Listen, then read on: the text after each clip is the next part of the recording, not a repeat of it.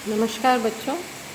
आज हम क्लासिफिकेशन वर्गीकरण लेते हैं टेरिडोफाइट्स का। ये आप लोगों को पता ही है कि ये जो पृथ्वी है ये एक हरित ग्रह है और यहाँ पे जो पेलियोजोइक एरा थी पूर्व में करीब 350 मिलियन वर्ष पूर्व, तो मेनली ये जो टेरिडोफाइट्स हैं वो उनकी बहुतायत इसमें इस दौरान पाई जाती है।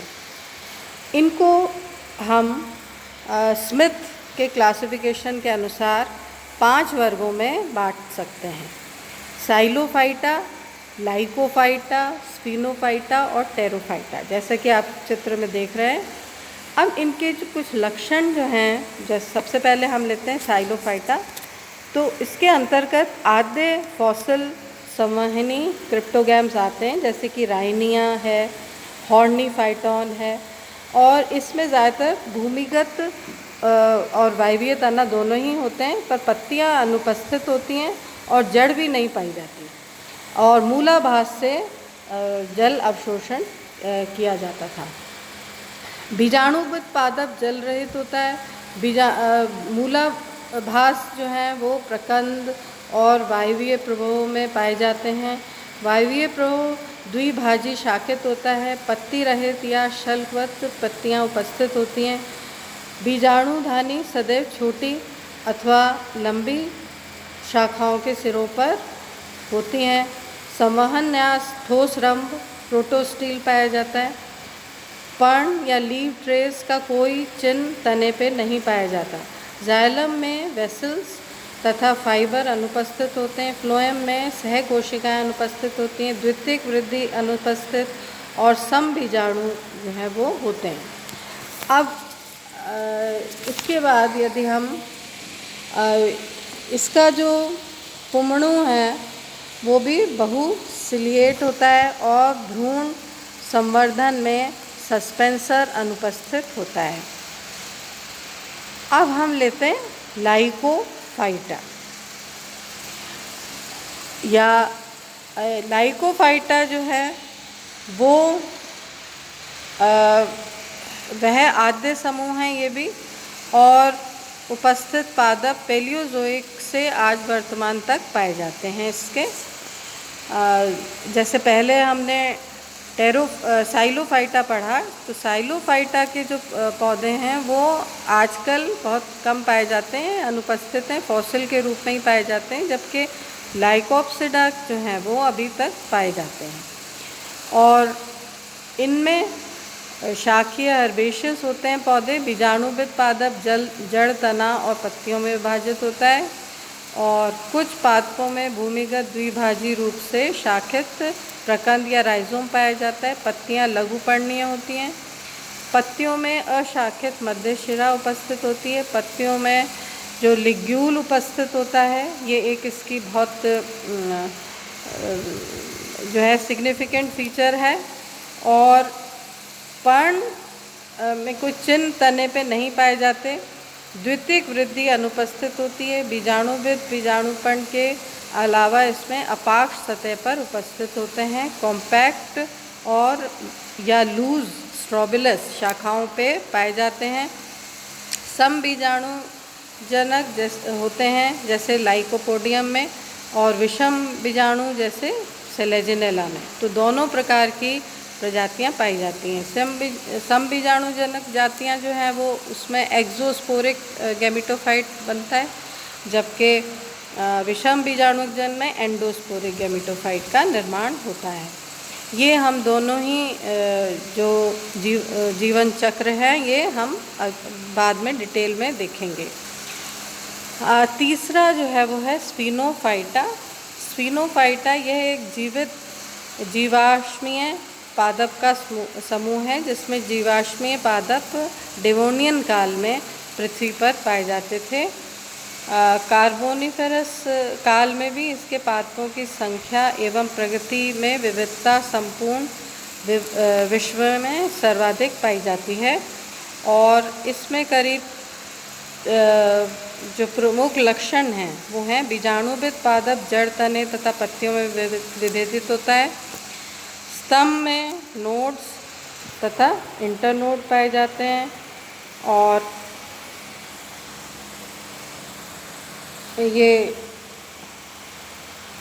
जो हैं वो पत्तियां लघुपर्णीय तथा पर्व संधियों पर चक्रिक क्रम में विन्यासित रहती हैं। पर्ण अनुपद का कोई चिन्ह तने पर नहीं पाया जाता है और स्तंभ में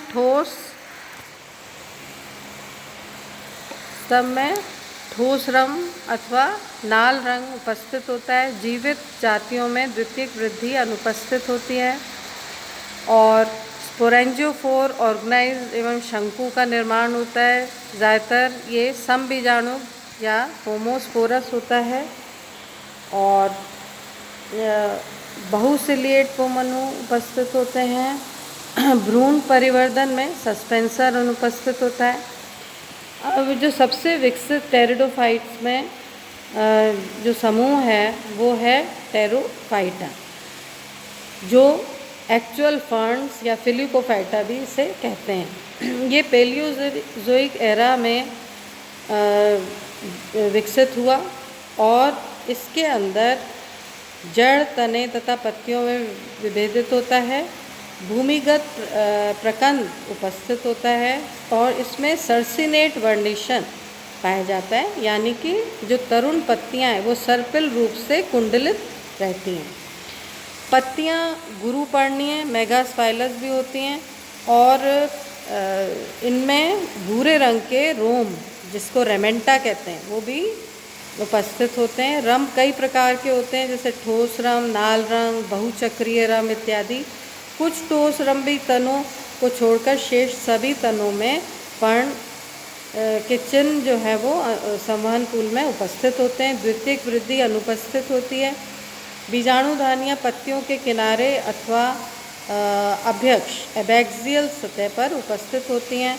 इंड्यूसियम द्वारा बीजाणुधानियाँ जो हैं वो प्रोटेक्टेड रहती हैं।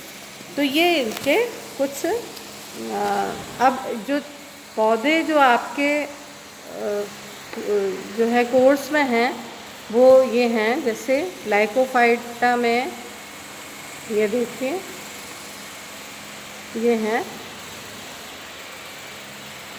क्लब मॉस जिसे कहते हैं हम, है ना, और फर्न, हॉर्सटेल्स, इक्विसेटम और ये साइलोटा। तो ये चारों ही पौधे आपको डिटेल में इसके जीवन चक्र को लेना है। अब हम इसकी दो प्रकार की जो जीवन चक्र पाए जाते हैं वो देखते हैं। इसमें जो जीवन चक्र हैं वो दो प्रकार के पाए जाते हैं। एक तो होमोस्पोरस या समबीजाणु जातियों में जो लाइफ साइकिल पाई जाती है, उसके अंदर जो अंकुरित होकर जो बीजाणु हैं वो एक प्रोथैलस का निर्माण करते हैं।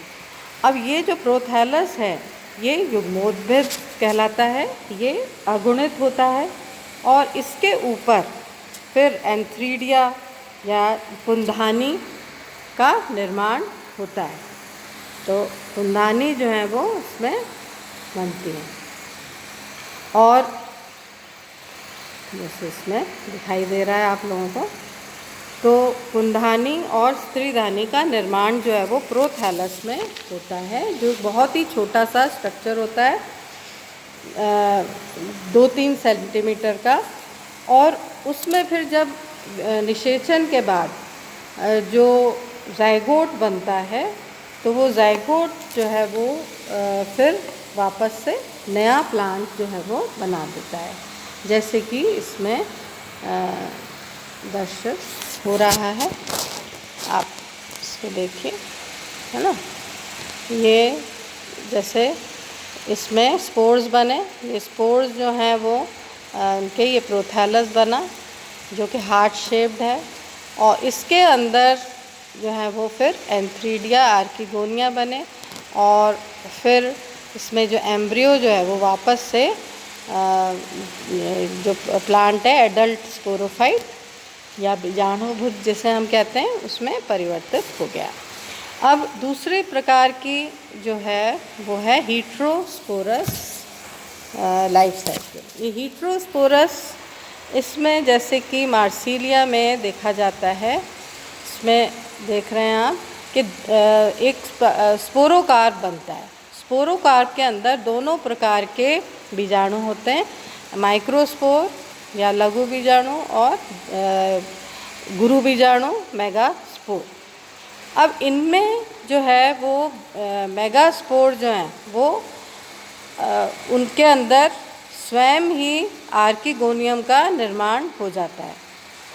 ये आर्किगोनियम का निर्माण करते हैं, जबकि जो माइक्रोस्पोर्स हैं उनके अंदर एंथ्रोजॉइड्स का निर्माण होता है। फर्टिलाइजेशन जो है वो बाहर होता है, जैसे इस प्रकार ये संवर्धित हो जाते हैं, जिसमें आर्किगोनिया है मेगास्पोर के अंदर और माइक्रोस्पोर से एंथ्रोजॉइड्स या पुमणु निकल रहे हैं। अब जब इनका बाहर मतलब जब ये रिलीज़ हो जाते हैं और भूमि में इनका निषेचन होता है, निषेचन के बाद जाइगोट और एम्ब्रियो का निर्माण होता है और फिर मार्सिलिया का पौधा जो है वो निर्मित हो जाता है। तो इसके अंदर एक सीड हैबिट का शुरुआत है एक तरह से, जो पर सीड जो है वो फ्लावर के अंदर ही रहता है, फूल में ही रहता है, इसमें ये बाहर निकल आता है, पर सीड हैबिट की जो शुरुआत है वो इससे मानी जाती है। अब नेक्स्ट हम इसका जो है वो डिटेल में लाइफ साइकिल्स पढ़ेंगे। धन्यवाद।